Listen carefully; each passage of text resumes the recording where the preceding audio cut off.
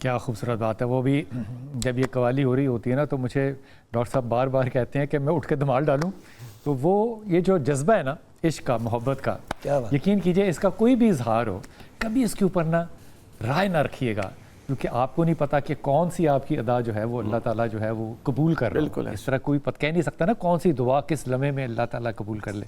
اسی طرح جو عشق رسول ہے صلی اللہ علیہ وسلم, اس کے اظہار کے اوپر لوگوں کی پابندی نہ لگایا کریں. میں یہ ہاتھ باندھ کے بات کہہ رہا ہوں ساروں سے. ایک تو مقام ہے رسول پاک صلی اللہ علیہ وسلم کا جو کہ بحیثیت نبی ہے, خاتم النبیین ہے. ایک کردار ہے نبی پاک صلی اللہ علیہ وسلم کا جو کہ عوام کے ساتھ, لوگوں کے ساتھ, ان لوگوں کے ساتھ جو آپ کے جانی دشمن بھی ہیں, وہ لوگ جو بدو بھی ہیں, ان کے ساتھ وہ رابطہ, وہ کردار, وہ تعلق جس سے وہ لوگ جو ریگستان کے شکاری اور ٹھوئیں کھانے والے تھے, گو کھانے والے تھے, وہ سارے صحابہ اکرام بن گئے. یہ کردار رسول پاک صلی اللہ علیہ وسلم کا کیسا ہے؟ بسم اللہ الرحمن الرحیم. دیکھیے ہم اصل میں نا سیرت النبی کو جب ڈسکس, اول تو ہمارے ہاں سیرت النبی ڈسکس نہیں ہوتی نہیں ہے. حضور کے معجزات ڈسکس ہوتی ہیں اور خصائل اور کمالات ڈسکس ہوتی ہیں.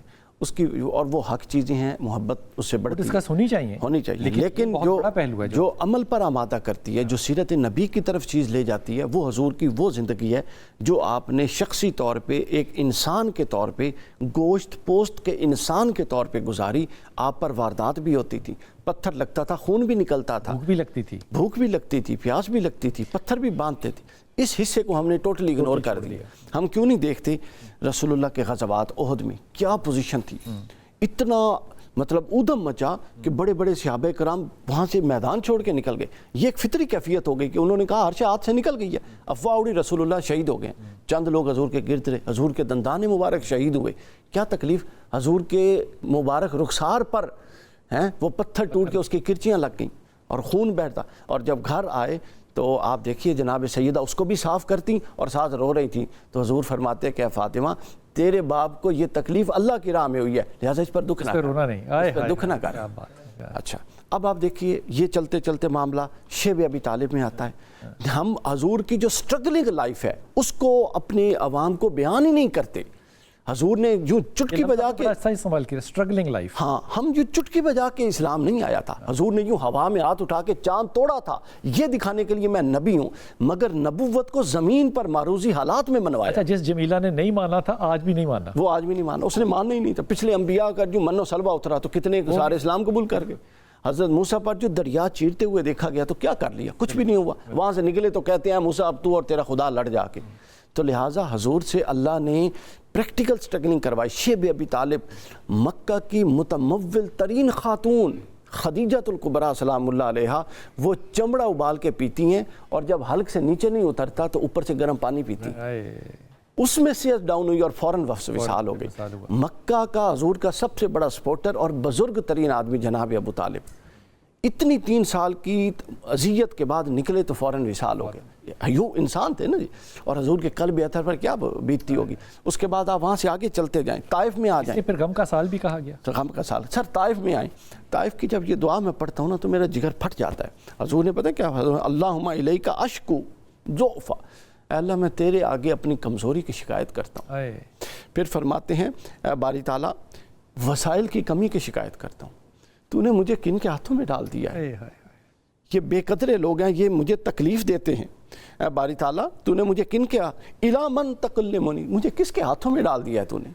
یہ حضور اللہ کی بارگاہ میں, یعنی آپ دیکھیے کہ اثرات دیکھیے. پھر فرماتے ہیں اے باری تعالیٰ ان لوگوں کے ہاتھوں میری رسوائی ہو رہی ہے, ان لوگوں کے ہاتھوں میری بے قدری ہو رہی ہے. اور پھر کیا فرماتے ہیں, اگر یہ سب کچھ تیری ناراضگی کے باعث نہیں ہے تو مجھے کوئی فرق نہیں پڑتا, مجھے کوئی فرق. پھر اس کے بعد آگے جائیے, اپنا یہود و نصارہ کے لیے آیا کہ نہیں آیا اپنا اوپر سے من و سلوہ آیا کہ نہیں آیا. صحابہ کرام جیش الاسرہ میں پتھر باندھ کے پھر رہے ہیں. کیا عیسیٰ سے زیادہ محمد رسول اللہ محبوب نہیں ہے؟ ہوا کیوں نہیں؟ حضور سے پریکٹیکل جد و جہد کیوں کروائی؟ یہ اہم نقطہ سن لیجئے. ختم نبوت کا آج کل بڑا چرچہ ہے. ختم نبوت کا ایک قانونی مفہوم ہے, مجھے قانونی مفہوم ہے, ایک تکمیلی مفہوم ہے. حضور پر نبیت ختم نہیں ہوئی, محض ختم بھی ہوئی اور مکمل بھی ہوئی, کامل بھی ہوئی. تو لہٰذا اب حضور کے بعد کسی نبی نے تو آنا نہیں تھا.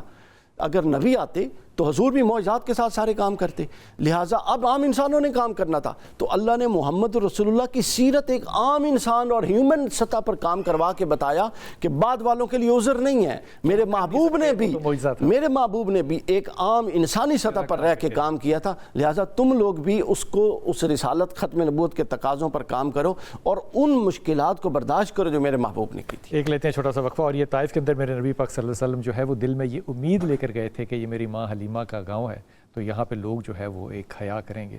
آج بھی اگر حیا نہیں ہے رسول پاک صلی اللہ علیہ وسلم کی ان بدقسمت بدبخت آنکھوں میں، تو میرے خیال میں سبق سیکھنا چاہیے۔ اللہ تعالیٰ تو اپنا پیغام پورا کر دے گا، نبی کی رسالت کا تو کوئی انکار کر نہیں سکتا، اللہ کے رسول کا جو پیغام ہے وہ قیامت تک رہے گا، لیکن کیا ہم ربیع الاول سے کوئی سبق سیکھ سکیں گے؟